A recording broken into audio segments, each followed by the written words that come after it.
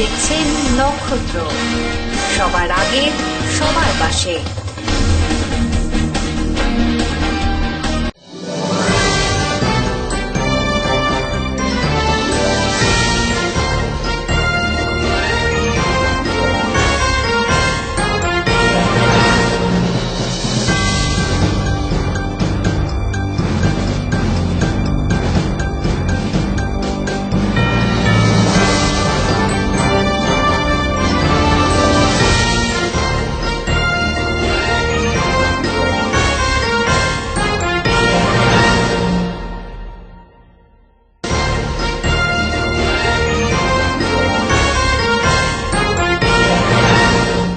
নমস্কার, আমি মাম্পি। নক্ষত্র নিউজে আপনাদের প্রত্যেককে জানাই স্বাগত। সরাসরি চোখ রাখছি আজকের বিস্তারিত সংবাদে। নববধূর অপমৃত্যুতে চাঞ্চল্য ছড়ালো দোমোহনী ডাকুয়াপাড়া এলাকায়। জানা যায়, দোমোহনীর কাঁঠালবাড়ি এলাকার বাসিন্দা বাবুল হকের মেয়ে বাবলি বেগমের সঙ্গে দোমোহনী গ্রাম পঞ্চায়েত ২ এর ডাকুয়াপাড়ার বাসিন্দা আব্বাস আলীর ছেলে আব্দুল্লাহ মোহাম্মদের সম্পর্ক তৈরি হয়। ২০১২ সালে দুই পরিবারের সম্মতিতে তাদের বিয়ে ঠিক হয়। সেই মতো চলতি বছরের ৯ মার্চ সামাজিক মতে বিয়ে হয়। কিন্তু বিয়ের ৮ দিনের মাথায় অস্বাভাবিক মৃত্যু হয় এই নববধূর। মৃতা নববধূর বাপের বাড়ির তরফ থেকে মৃতার শ্বশুর বাড়ির বিরুদ্ধে খুনের অভিযোগ আনা হয়েছে। পণের দাবিতে এই মৃত্যু বলে অভিযোগ। অস্বাভাবিক এই মৃত্যুর ম্যাজিস্ট্রেট পর্যায়ে তদন্ত শুরু করেছে প্রশাসন। অন্যদিকে মৃতা বাবলির মা মজিমা বেগমের অভিযোগ, বিয়ে ঠিক হওয়ার সময় কথা হয়েছিল ২০,০০০ টাকা ও গয়না দেওয়া হবে।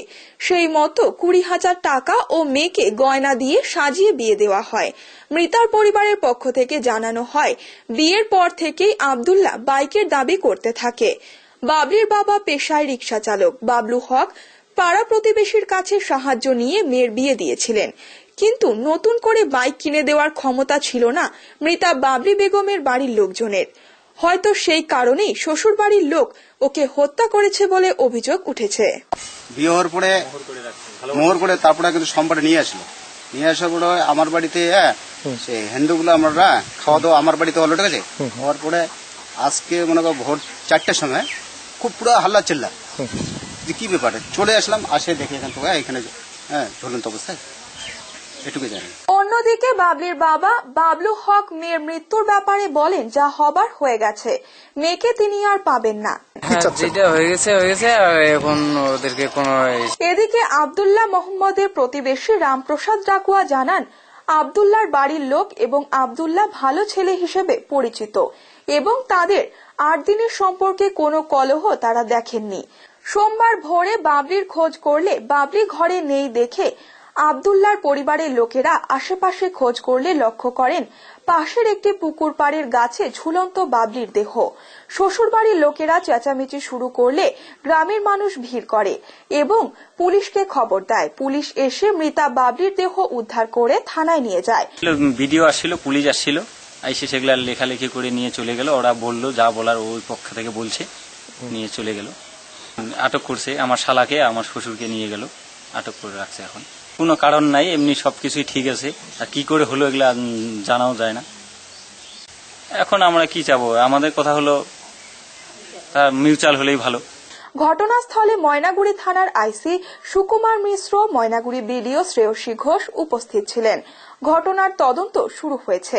ময়নাগুড়ি বিডিও শ্রেয়সী ঘোষ জানান, যেহেতু বিয়ের কদিনের মধ্যেই এই ঘটনা, তাই ম্যাজিস্ট্রেট পর্যায়ে তদন্ত হচ্ছে। দেখুন, আমি এটুকুই বলতে পারছি যে আমার ওখানে আজকে একটা ইনকোয়েস্ট ডিউটি পড়েছিল। তো মেয়েটি বিয়ের 7 দিনের মধ্যেই সুইসাইড করে বলে জানা যায়। তো আমি ওখানে ইনকোয়েস্ট করতে গেলাম, আর আপাতত দৃষ্টিতে দেখে যেটা মনে হলো যে মেয়েটি গলায় দড়ি দিয়ে গাছের সাথে ঝুলে সুইসাইড করেছে। আর মা যেটা বলছিলেন যে হয়তো এটার মধ্যে পণ কিংবা ওই সংক্রান্ত কিছু ব্যাপার থাকতে পারে, সেটা তদন্ত সাপেক্ষ। ডেফিনেটলি তখন তো এটা একটা ফৌজদারি মামলা হয়ে যাবে, তখন এটা পুলিশ কেস হয়ে যাবে। সেই ক্ষেত্রে পুলিশই ব্যবস্থা নেবে, আর আমরা প্রশাসনের তরফ থেকে যা যা সহযোগিতা করার তা তো করবো। ময়নাগুড়ি থানার আইসি সুকুমার মিশ্র জানান, তদন্তের জন্য বাবলির শ্বশুর ও স্বামী আব্দুল্লাহ মোহাম্মদকে আটক করা হয়েছে। মৃতদেহটি ময়না তদন্তের জন্য জলপাইগুড়ি সদর হাসপাতালে পাঠানো হয়েছে।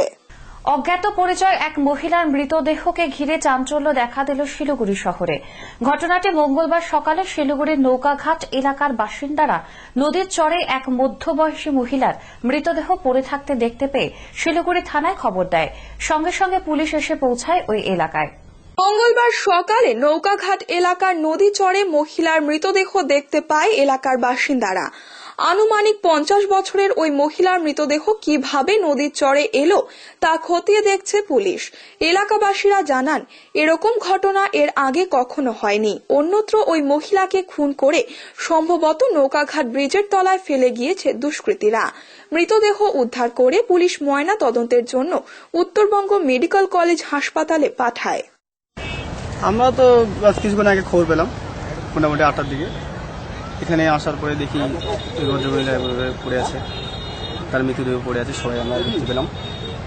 জাস্ট এতটুকুই, আমরা আর কিছু বলতে পারতেছি না কিভাবে হলো, কি করলো। কি মনে হচ্ছে, এটা কি খুন নাকি কি? হ্যাঁ, যতদূর সম্ভব দেখা যাচ্ছে এটা মার্ডারই। তো এর আগেও কি এখানে এরকম কোনো ঘটনা হয়েছে না? এই কথা এর আগে তো এরকম কোনো ঘটনা হয়নি ব্রিজের এখানে, এটাই ফার্স্ট হলো। তারপরে বন্যাতে নদীতে অনেক লাশ ছিল, সেটা আমরা দেখছি সবাই সকলে। আজকে সকালবেলায় আনুমানিক হবে 9টার দিকে, সকাল থেকে কুয়াশা ছিল। কুয়াশা থাকার পরে সকালবেলায় আমরা দেখতে পেলাম, মানে লোকের মাধ্যমে খবর পেলাম যে ব্রিজের নিচে একটা মানে অর্ধবয়স্ক মহিলার মৃতদেহ পড়ে আছে। তারপরে আমরা এসে দেখি সত্যি ঘটনাটা সত্যি পড়ে আছে। আর মৃতদেহ দেখলাম গলার এখানে কাটা আছে, মুখ দিয়ে রক্ত বের করা আছে। তো আমাদের মনে হচ্ছে এটা কে বা কারা খুন করে এখানে ফেলে দিয়ে গেছে। তবে যাই হোক, পুলিশ এসছে, প্রশাসন এসছে। প্রশাসনের কাছে আমাদের এলাকাবাসীর পক্ষ থেকে দাবি আছে এটা যথাযথ তদন্ত করে দোষী ব্যক্তিদের যাতে উপযুক্ত শাস্তির ব্যবস্থা করা হয়, এই দাবি আমরা এলাকাবাসী থেকে করছি। 2 নাবালিকাকে যৌন নির্যাতনের অভিযোগে এক যুবককে গ্রেপ্তার করল জলপাইগুড়ি থানার পুলিশ। অভিযুক্ত যুবকের নাম মিলন দাস, জলপাইগুড়ি পান্ডাপাড়া এলাকার বাসিন্দা। 2 নাবালিকাকে যৌন নির্যাতনের অভিযোগে এক যুবককে গ্রেপ্তার করল পুলিশ। অভিযুক্ত যুবকের নাম মিলন দাস, বাড়ি জলপাইগুড়ির পান্ডাপাড়া এলাকায়। সূত্রে খবর, গত রবিবার এক স্বেচ্ছাসেবী সংস্থার উদ্যোগে দিনবাজার এলাকার শিশুদের নিয়ে নাগরাকাটার মূর্তি এলাকায় পিকনিকের আয়োজন করা হয়েছিল। পিকনিকে শিশুদের অভিভাবকদের পাশাপাশি এলাকার বেশ কিছু যুবক গিয়েছিল বলে জানা গিয়েছে। পিকনিক শেষে বাড়ি ফেরার ঠিক আগ মুহূর্তে ওই 2 শিশুকে খুঁজে পাওয়া যাচ্ছিল না।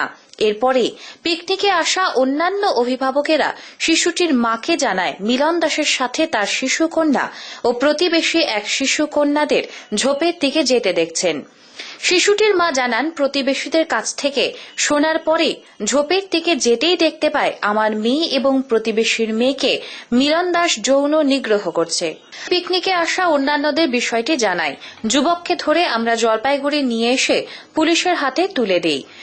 আমরা পিকনিকে গেছিলাম মূর্তিতে কালকে ওখানে খাওয়া দাওয়া করলাম 3টা নাগাদ। দিয়ে খাওয়া দাওয়া করার পরে বাচ্চাগুলোকে নিয়ে গেছে সে ফুলের নাম করে যে ফুল পাততে যাই। দেওয়ার পরে একটা মহিলা বলল, বাচ্চাটাকে খোঁজাখুঁজি করলাম অনেকক্ষণ থেকে, দিয়ে পাচ্ছিলাম না। দিয়ে একটা মহিলা বলল যে ওই ছেলেটা ওদিকে নিয়ে গেছে। দিয়ে আমরা যাই দেখি যে মানে বস্ত্র খোলা ছিল ওদের, দিয়ে মানে রেপ করতে গেছিল কিন্তু পারেনি করতে। তারপরে মারধর করছি, ওখানে করার পরে বাড়িতে এনে মারধর করে তারপরে পুলিশকে জানানো হয়েছে। 2টা বাচ্চা।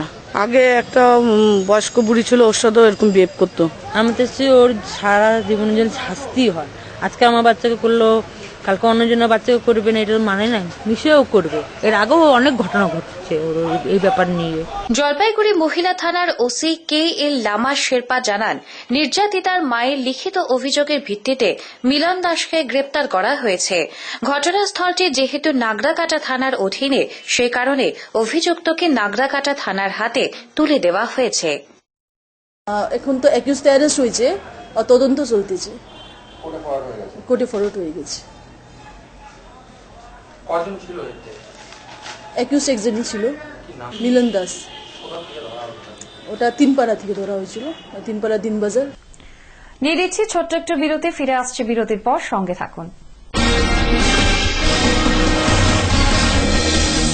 আপনারা দেখছেন নক্ষত্র, সবার আগে সবার পাশে। একটি বিশেষ বিজ্ঞপ্তি, আগামী 31 ডিসেম্বর 2015 থেকে কেবল টিভি ডিজিটাল পরিষেবা বাধ্যতামূলক। শুধু কেবল টিভির সমস্ত দর্শকদের প্রতি বিশেষ আবেদন, আপনারা ঝকঝকে পরিষ্কার ছবি দেখতে হলে নিজ নিজ এলাকার কেবল সুপারভাইজারের সঙ্গে যোগাযোগ করে সেট আপ বক্সের জন্য 1200 টাকা করে জমা দিন। খুব শীঘ্রই আপনাদের কাছে সেট আপ বক্স পৌঁছে দেব আমরা।